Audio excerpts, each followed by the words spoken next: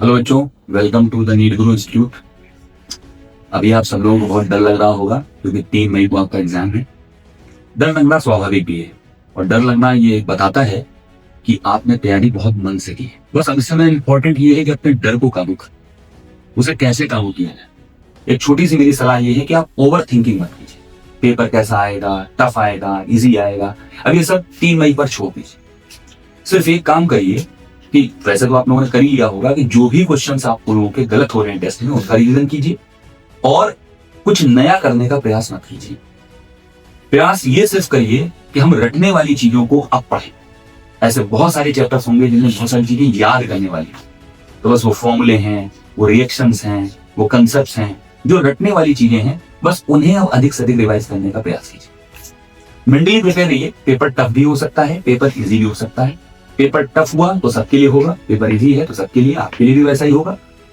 Tough है तो बेटा किसी भी क्वेश्चन में उलझने की आवश्यकता नहीं। अगर आप पहले मान लीजिए फिजिक्स ही करते हैं, बहुत सारे बच्चों का होता है कि हम फिजिक्स पहले करेंगे, तो फिजिक्स में भी क्वेश्चन जो टफ है उनमें उलझने की जरूरत नहीं है। बायो पहले करते हैं तो अपना एक टाइम लिमिटेशन जरूर बनाइए कि इतने मिनट में हमें बायो कंप्लीट करनी है। मान लीजिए अगर पेपर टफ है तो हमें 1 घंटे में कर लेनी है, इजी है तो वही काम हमारा 40 से 45 मिनट में हो जाए। लेकिन टाइम लिमिटेशन जरूर बनाइएगा पेपर में, क्योंकि हम ये बच्चों को सजेस्ट करते हैं कि एक बार में आप पूरा पेपर अटेम्प्ट जरूर करें। ऐसा ना हो कि लास्ट में बहुत सारे क्वेश्चंस ऐसे आपको मिले जो बहुत सरल हों और आपको लगे कि मेरा तो पेपर ही छूट गया। अगर हम लास्ट तक पहुंच जाते तो साथ उसे पढ़ लेते। पैनिक बिल्कुल ना करें। देखो बेटा, इस समय सिर्फ और सिर्फ अब लड़ाई 2 दिन के अंदर आपके मेंटल स्ट्रेंथ की बची है और कुछ नहीं है। बहुत सारे सेम कैलिबर के स्टूडेंट एग्जामिनेशन में बैठेंगे, लेकिन उनका सेलेक्ट वही होगा जो बेटा मेंटली स्ट्रांग हो। अब मेंटली वीक स्टूडेंट्स बाहर जाएंगे। इसलिए सबसे इंपॉर्टेंट चीज है अपने आप को मेंटल स्ट्रेंथ देना। ये कैसे दी जाए?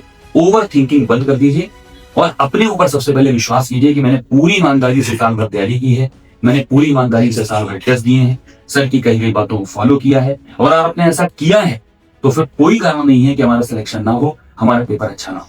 तो ओवर थिंकिंग बिल्कुल नहीं करनी है, ओवर थिंकिंग से आपको बचना है। बेटा इसमें एक चीज हम और करना चाहेंगे, सर ने तो सब कुछ आपको बता दिया, बस ये है कि एक्स्ट्रा इस समय बिल्कुल भी कोई पढ़ाई नहीं करनी है आपको कि अलग से कोई नए कॉन्सेप्ट आप पढ़ना चाहें इस समय, तो ये ठीक नहीं है।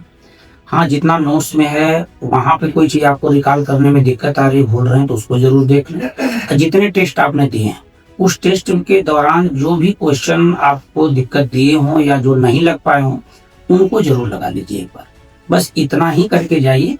थोड़ा सा अपने खाने पर, या इस समय मौसम का भी थोड़ा देख रहे हैं कि गर्मी ज़्यादा है, तो इसका भी थोड़ा सा ध्यान रखें कि खाने पीने में थोड़ा तरल पदार्थ ज़्यादा लें और बिल्कुल कॉन्फिडेंस होकर के जाइए। निश्चित रूप से आपका पेपर अच्छा होगा, बिल्कुल अच्छा होगा, ये गारंटी और दावे के साथ हम कह रहे हैं।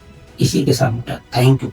बेटा हम लोग के नोट्स पर भरोसा करिए। इस बार हम लोग पेपर के बाद आपको नोट्स अपने क्वेश्चन मिला करके दिखाएंगे कि पेपर कैसा आया, और देखिए हमारे नोट्स से कहाँ से क्वेश्चन आए। ब्रह्मास्त्र में भी हम लोगों ने अभी ऑर्गेनिक, इकोनॉमिक, फिजिकल के नोट्स डाले हुए हैं। अगर मौका लगे तो एक बार उन्हें भी बहुत अच्छे से देख लीजिए। सारे फार्मूला वगैरह उसमें दिए गए हैं, पूरे चैप्टर के दिए गए हैं, हर एक कंटेंट को दिया गया है, कुछ भी नहीं छोड़ा गया, तो उसको बहुत अच्छे से एक बार देख लीजिएगा। So all the best, be confident, आपका पेपर निश्चित रूप से बहुत अच्छा। और अपने माता पिता का आशीर्वाद जरूर एक बार लेकर के ही पेपर में जाए। बिल्कुल बिल्कुल। ओके बेटा, थैंक यू। Thank you.